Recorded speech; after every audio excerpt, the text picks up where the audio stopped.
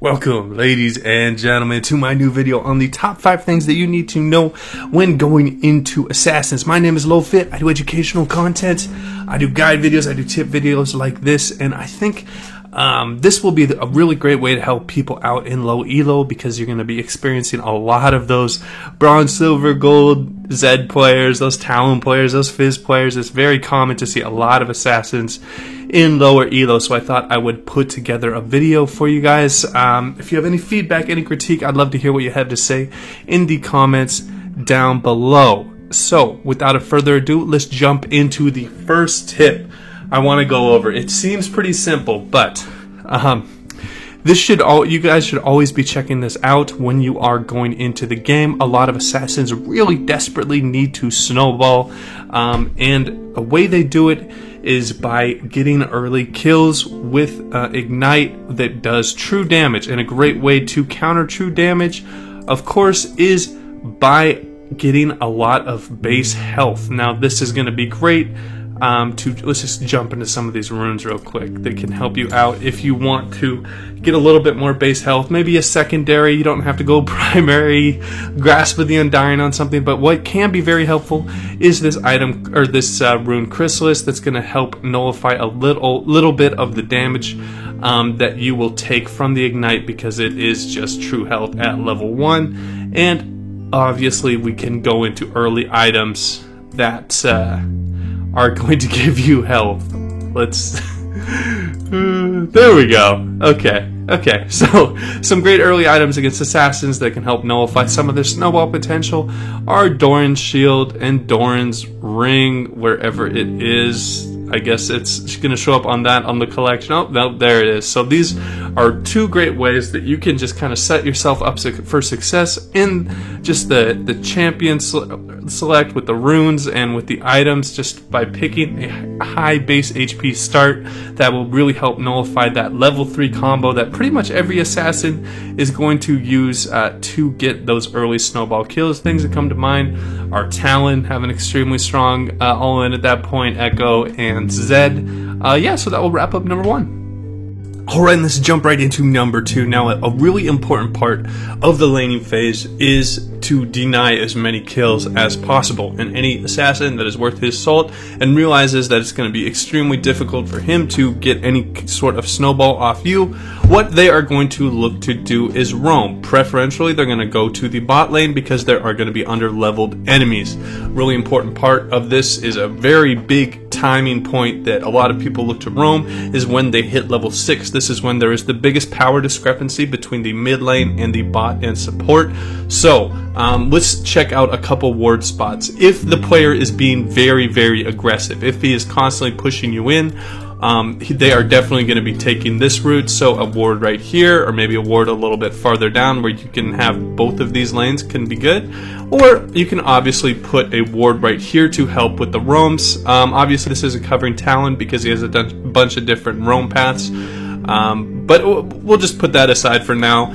With the timings of these wards, what you want to look to do is not look to ward when he can duck into fog and contest you. You want to have these as a precaution. You want to set these up beforehand. If you feel like he is not even trying to kill you anymore, just look to duck out and then go back to lane and CS and make sure you are warding this path.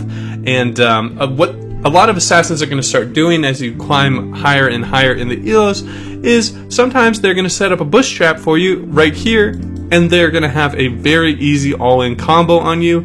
So putting this ward right here will prevent them from doing those fake roams that give them an easy kill on you, because you are just face checking your bushes. So really look to keep this path warded as much as possible, and then maybe keep just like a control ward up here to make sure to check out if they are roaming top.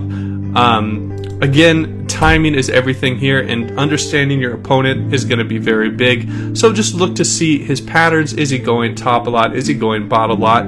What is his champion? Usually champions like Zed and Talon, who can get in on ADCs very quickly, are going to have a huge preference for going bot. The kitty's jumping all over the place. And yeah, that will wrap up number 2. If you know any cool warding spots that you use to stop assassin roams, let me know in the comments down below.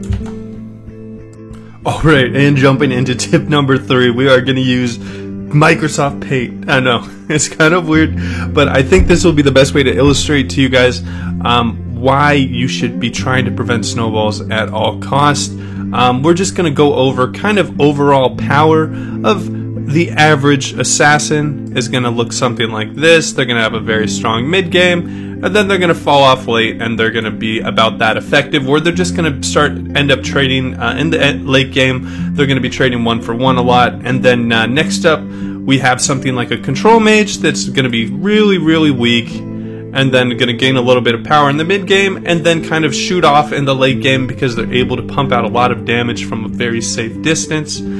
So, how assassins are, I know this is really freaking, this is lame, but I think this is going to be a good way to do it. The way that assassins are able to win games is they're able to increase the snowball potential right here where they are extremely strong. This is where you do not want to look to fight them. This is where they can really end games. If they can end the game at this portion, right where this line is, there's a huge power differential between you, the control mage on this line right here, and the assassin right here. They are going to be able to just dominate. They're going to be able to get more than one kill probably when they're going all in. They're just able to one-shot pretty much anything because the carries aren't going to have Guardian Angels or Zhonyas or what have you.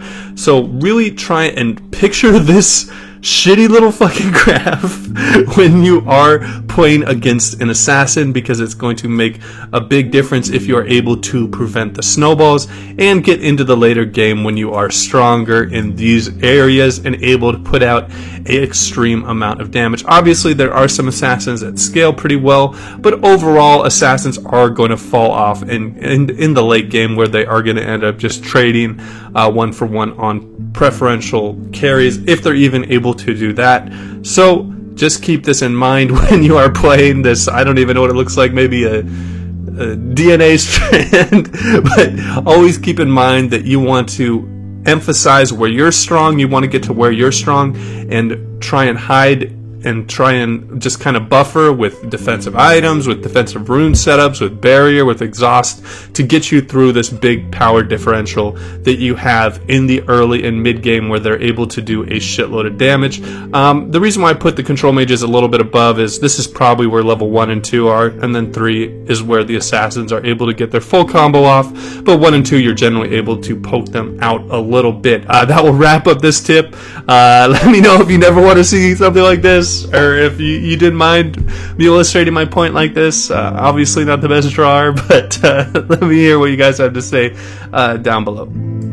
Alright, we're just going to cram a couple small tips really quickly in here. I want to talk about where they are strong. The assassins are going to really just benefit in situations where there are 1v1s or small scrimmages with 2 to 3 people, so look to avoid those, particularly when they are fed, because you are first up going to have limited CC, and then second you're not going to have too much damage to burst them out. So try and group up as early as possible to prevent their high level of burst damage to just completely continue their snowball over and over again. What assassins love are squishy champions that are inside lanes just trying to pick up farm, and they're able to use their mobility to get on top of those squishies and continue the snowball. So do not provide that situation for them, and if you are doing something like that, make sure it's warded and make sure you aren't pushing it past the river. Next up, don't stick around. Just don't. If you're at a low HP threshold and you give up 5 or 10 farm, that's completely fine. This is really where assassins can thrive, is where they can just flash combo and then ignite you really quickly and get an easy kill. That kill on them is huge. It's really important for them to get those first couple of kills. So just really, if you're gonna have to give up a couple of minions, just give up a couple of minions, and that will be fine. Next up, I want to talk about how assassins are they're prone to get really diminished by stacking resistances. And then also I want to talk about 2 little quick laning things. First up, we have if you can harass them out, they're going to really struggle to have all-ins. If you're able to safely poke them and punish them, that is going to be very good, but make sure to respect their zones of influence and their combo potential. And last up, what assassins love is the level 6 power spike. It's where almost all the assassins just get a huge burst of power. Do not be that guy that's like level 5, 3 minions off, but the assassin's pushing the lane and he hits level 6 first and just all-ins you off the wave and gets that kill. So make sure you're respecting that huge jump of power they have at the level 6. And that will wrap up this tip. Alright, and let's jump into the final tip. Now this one might be the most a little bit weird that you guys probably haven't thought of before, especially if you're one-trick players. I want to talk about the champion pool and how you can use it, how to develop an effective champion pool to be able to deal with what's placed in front of you in Champion Select. I want you to not give that blind pick Veigar, that blind pick Xerath, that blind pick really squishy champion that's going to be susceptible to assassins. If you are seeing them commonly in your elo and you aren't confident in the matchups, if you can't beat Fizz, Echo, Zed, Talon, like Aurelia, I guess can even be an assassin now even though she's tanky, do not blind pick those, because that's going to put you in such a rough position. It's going to allow them to have lane priority, and then that lane priority is going to bleed over to scuttle control for their jungler, and then it's going to bleed over to invading, and then it's going to bleed over to tower pressure on their roams. So do not put your team in this situation where you're just in an extremely heavy losing lane. So this isn't all to count, but I want to talk about why I've actually been playing mid Urgot since the start of the season, before it blew up in popularity and craziness. I started playing Urgot mid as a blind pick because I was tired of just getting absolutely fucking dumpstered on by high level Fizz Zoe players when Zoe was crazy earlier in this season, and then Talon and Zed players and Yasuo players when I was just playing too much Veigar, where it wasn't a safe pick into those champions. And then I was also playing things like Karthus and Cassiopeia that can really struggle against assassins. So whenever I had a blind pick, I would just start doing a really safe pick. Obviously, you can go back to other champions when you know your matchup, but I want you guys to be thinking in Champion Select. Don't just lock in your favorite champion every single time. Develop a champion pool where you have one safe pick, one just kind of counter pick that you have and you can go into certain matchups, and then just like an overall utility you can just kind of pick into anything. So just be cognizant of this. Do not put yourself in really bad situations that are going to bleed over to the rest of your team. Obviously, the caveat with this tip is if you're really comfortable in the matchups, if you understand the matchups. I mean, I feel like Karthus can go into a bunch of assassins, at least my Karthus can, because I've played those matchups so many times on my main account. I think I have close to 1 million mastery points on him, so I know that like certain damage thresholds and like taking exhaust and certain item builds can get me out of those tough matchups.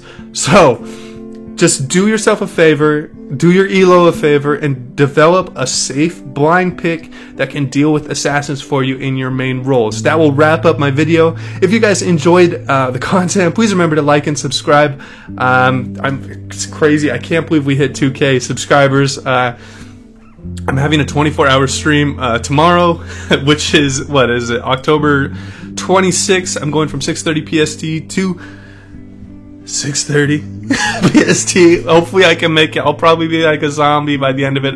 I hope you can join. Yeah, you guys take it easy.